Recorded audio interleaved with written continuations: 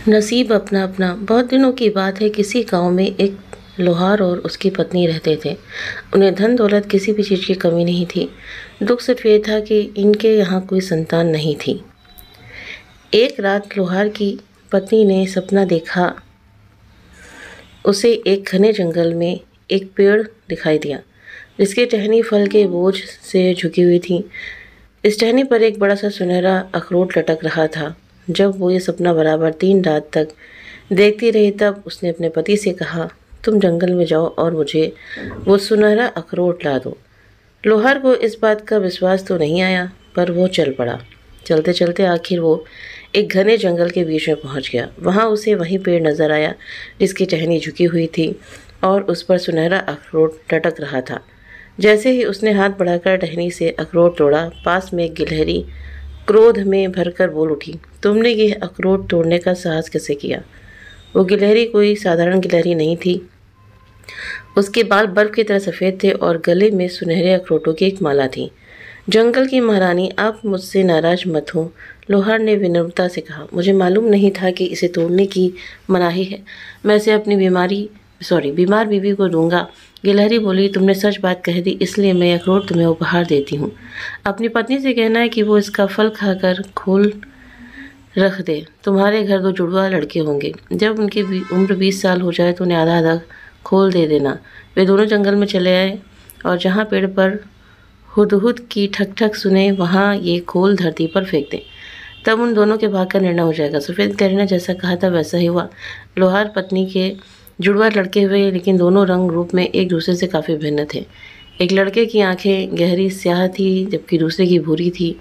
धीरे धीरे दोनों जवान हो गए। दोनों सुंदर और स्वस्थ थे, लेकिन काली आंखों वाला लड़का स्वभाव से क्रूर और निष्ठुर था और बुरी आंख वाला सहृदय और दयालु। जब वे 20 साल के हुए तो पिता ने उन्हें अखरोट का आधा आधा खोल दिया। लड़के जंगल में चले गए। जैसे ही हुदूद के ठक ठक की आवाज़ कान में पड़ी, उन्होंने वे खोल धरती पर फेंक दिए और दूसरे ही क्षण अपने आप को एक कलकल करते स्रोत के किनारे खड़ा पाया।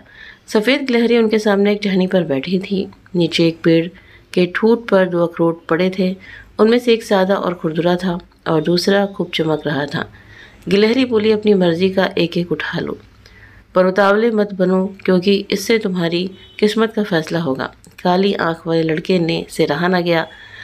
वो तुरंत झपटा और अपने चमकता हुआ अखरोट उठा लिया। खुरदुरा अखरोट दूसरे भाई के हाथ लगा। सफ़ेद गिलहरी ने कहा, अब अपना अपना अखरोट तोड़ो, जो कुछ निकले उसी पर संतोष करो, क्योंकि इसमें किसी तीसरे का दखल नहीं है। वो पूँछ हिलाती हुई जंगल में गायब हो गई। काली आंख वाले भाई ने अपना अखरोट पहले खोला। उसके सामने काले रंग का एक कोतल घोड़ा खड़ा था। घोड़े की काठी से एक वर्दी बंधी थी जिस पर सुनहरा फीता लगा हुआ था। इसके अलावा एक तलवार थी जिसका दस्ता सोने का था। आहा, इस तलवार के बल पर तो मैं दुनिया भर का धन इकट्ठा कर लूँगा, उसने उल्लास से भरकर बड़े गर्व से कहा। इसके बाद भूरी आंख वाले लड़के ने अपना अखरोट तोड़ा। उसके सामने भार ढोने वाला साधारण टट्टू खड़ा था। उसकी पीठ पर एक थैला था जिसमें 1.5 मन बीज थे। दोनों भाई अपने अपने घोड़े पर सवार होकर अलग अलग दिशा में चल पड़े। भूरी आंखों वाला एक दिन जंगल में और 2 दिन मैदानों में भटकता रहा।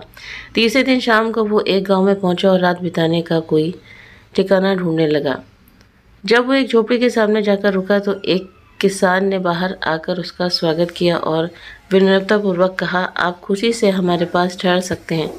हमें खेद है कि हम आपकी अधिक सेवा नहीं कर पाएंगे। एक डाकू हमारी फसलें लूट ले जाता है, आप उसे पकड़ते क्यों नहीं? पूरी आंखें वाले लड़के ने पूछा। किसान ने उत्तर दिया, हम कैसे पकड़े, वो आदमी नहीं है, वो तो गर्म हवा है जो फसलें झुलसा देती हैं। वो अपने बीज का थैला सिरहाने रखकर किसान के आंगन में लेट गया। उसे यूं महसूस हुआ कि बीज हिल रहे हैं।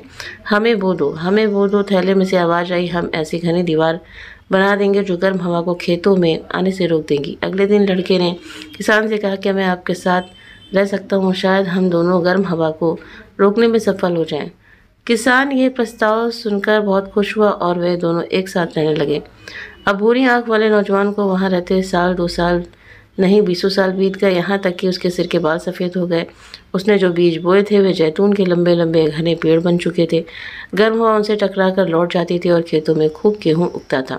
वे हर साल बढ़िया से बढ़िया फसल काटते थे। गेहूँ की पकी हुई बालियाँ देखकर भूरी आंखों वाला व्यक्ति उल्लास से खिल उठता और अपने भाई को याद करके सोचता यही मेरा सोना है।